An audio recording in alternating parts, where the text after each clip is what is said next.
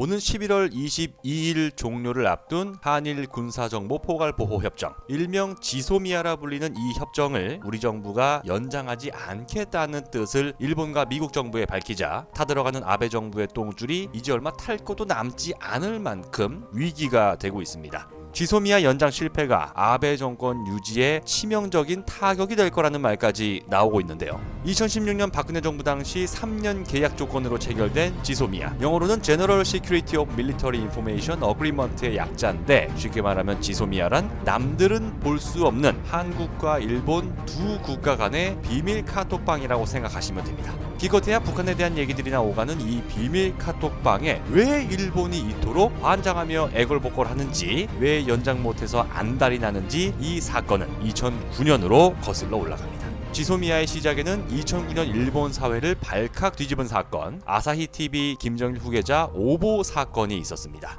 2008년 9월 9일 일명 구구절로 불리는 북한 최대의 명절인 정권 수립 기념일이 60주년을 맞았으나 당연히 있어야 할 김정일 국방위원장이 보이지 않자 일본을 비롯한 세계 각국의 언론들은 김정일 건강 이상설을 제기하며 그 후계자에 대해 관심이 집중됩니다. 그러나 석 달여 만에 다시 등장한 김정일 국방위원장. 그는 얼마 뒤인 2009년 3월 자신의 셋째 아들인 김정은을 국가안전보위부장에 앉히며 정권 장악의 기반을 마련해줍니다. 이 소식이 알려지자 일본 언론은 아직 얼굴조차 알 수 없는 북한의 김정은이라는 존재에 대해 눈에 불을 켜고 찾아 나서게 됩니다. 아시다시피 과거부터 일본은 전쟁을 일으킬 수 있는 보통 국가가 되고 싶어 안달이 나 있습니다. 전쟁을 일으키려면 당연히 군대를 늘려서 남을 공격할 명분이 필요한데, 그러기 위해서는 주변에 위험한 나라들이 많아야 합니다. 그런데 1991년 세계 최대 공산국가였던 소련이 해체되며 이제 일본에게 위협이 될 수 있는 나라는 중국과 북한이 유일합니다.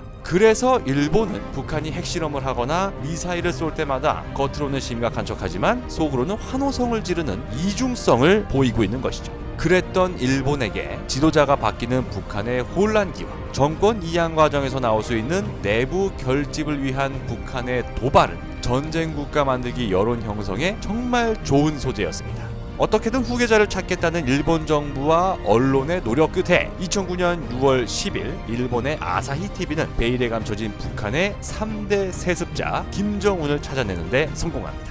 이 사진이 하루 종일 특종으로 보도됩니다. 아버지 김정일을 쏙 빼닮은 외모. 누가 봐도 이 사람이 김정은인 줄 알았습니다. 그런데 아사히TV에서 김정은이라고 주장한 이 사람은 알고 보니 대한민국에서 건설업에 종사하는 40대 배모씨로 밝혀졌습니다. 시골 놀러 갔다가 선글라스 끼고 찍은 사진을 자신이 운영하는 카페에 올렸는데 마치 김정일과 비슷하다고 글을 남긴 주변 사람들의 떡밥에 일본을 대표하는 언론사가 완전히 헛다리를 짚은 겁니다. 인터넷 사진 하나에 국제적으로 개망신당하고 충격에 빠진 일본 언론과 정부. 이듬해 2010년 10월 일본 정부는 우리 정부에 공식적으로 한일 정보보호협정을 체결해 줄 것을 제안합니다. 허접한 정보원에게 낚여서 잘못된 정보를 내보내는 것보다 한국 정부의 공식적인 정보를 얻고 싶었기 때문일 겁니다. 그렇게 일본의 간곡한 요청이 있은 지 6년 만에 드디어 일본 정부가 그토록 바라던 지소미아가 2016년 11월 23일 체결되면서 3년 동안 한일 간 정보 교류가 이뤄지게 된 겁니다. 하지만 경제보복 조치로 미운 털 제대로 박힌 일본 정부에서 요청한 지소미아 연장을 우리 정부가 거부하게 된다면 일본은 과거처럼 신뢰도가 떨어지는 제3의 루트를 통해 북한의 정보를 캐고 다녀야 하고, 이러한 상태에서 자칫 북한과 미국 간의 평화적인 분위기가 조성되기라도 한다면 동아시아 평화를 원하는 일본 국민들이 전쟁 국가를 바라는 아베 정부로부터 완전히 등을 돌리게 될 겁니다. 가뜩이나 각종 비리로 연루된 아베 정권에게 결정타를 먹일 수 있는 시간이 조금씩 다가오고 있습니다.